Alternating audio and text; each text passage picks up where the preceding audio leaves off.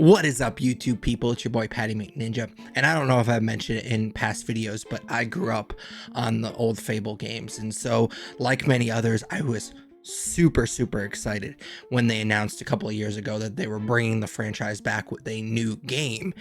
And we've gotten a few cinematic trailers since then, but we haven't gotten a big update. And we've kind of been patiently, well, at least I feel like I've been waiting patiently. Some other people, not so much. But I think we've all been just waiting for a big update about this game. And I think that we kind of have to be careful for what we wish for, because we did get a big update a couple of days ago, but it's probably not one that many people wanted. There was this big drop of bad news, but then there was also kind of some good news sprinkled in there. So obviously, by making this video, I want to talk about it. So without further ado, let's rock.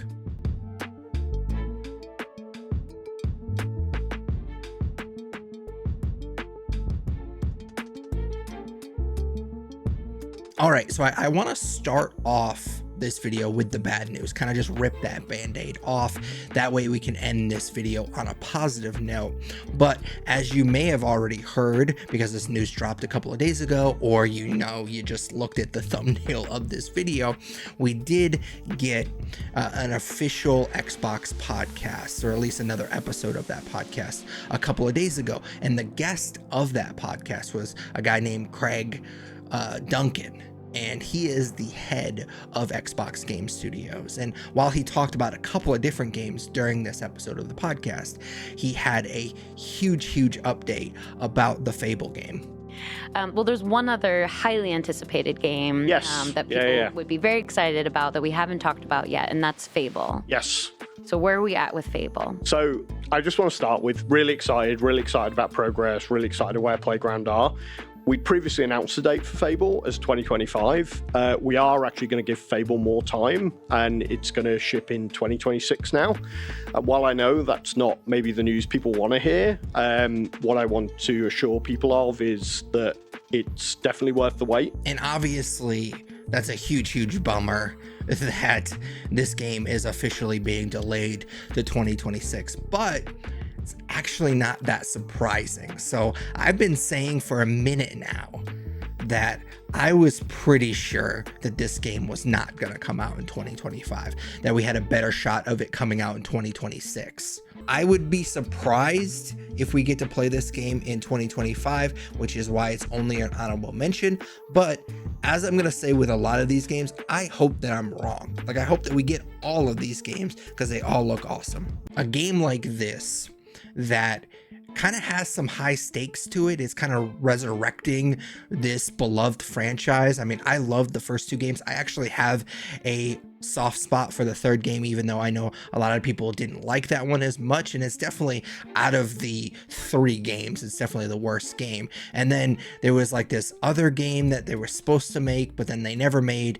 And then I think there was like a weird Connect Fable game at some point, but I never played that one. So it's definitely a franchise that people like, but it's had kind of a troubled history. And so this game needs to be good. It's kind of trying to resurrect this franchise. So a game with such high stakes, the fact that we've only seen a few cinematic trailers, but we didn't get an official release date, and we haven't really seen, other than very short clips, we haven't really gotten to see actual gameplay.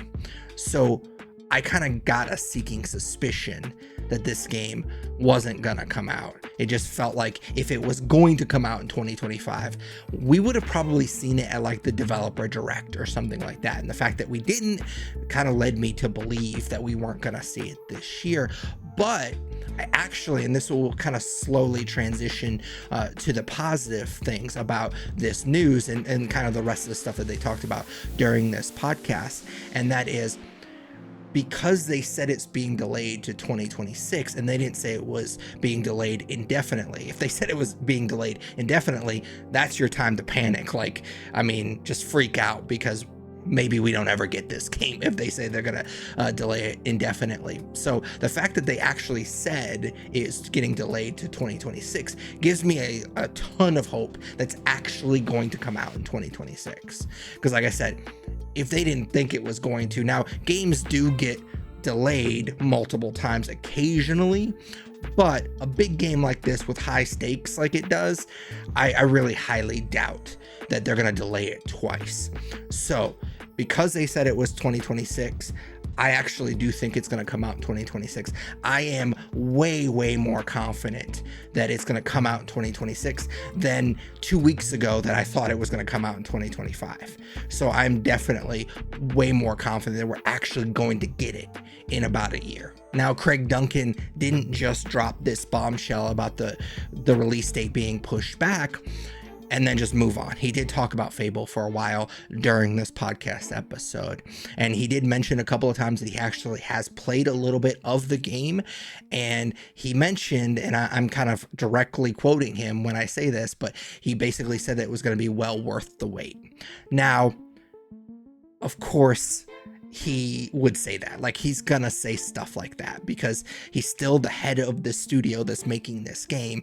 He still has to sell a game in 2026, so he's not going to say we're delaying Fable because it's a piece of shit, nobody's gonna want to play it.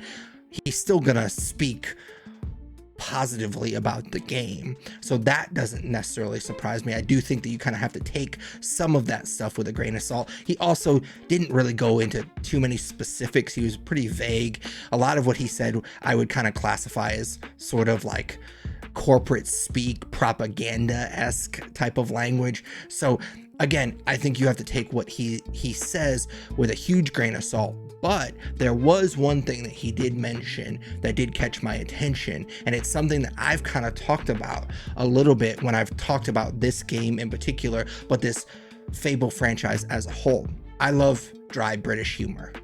I grew up on Monty Python. Monty Python and the Holy Grail is one of the greatest comedies ever made. And while the Fable games, the original Fable games, didn't necessarily have over-the-top humor like the Monty Python movies, it had that same style of comedy.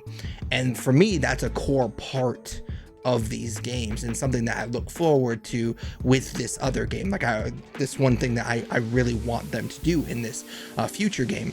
And he mentioned that that's in this game. Again, take it with a grain of salt. He could just be blowing smoke up our asses, but that was something that he mentioned that I immediately was like, oh, okay, cool. Like, you're kind of validating the thing that I've been saying for a while now.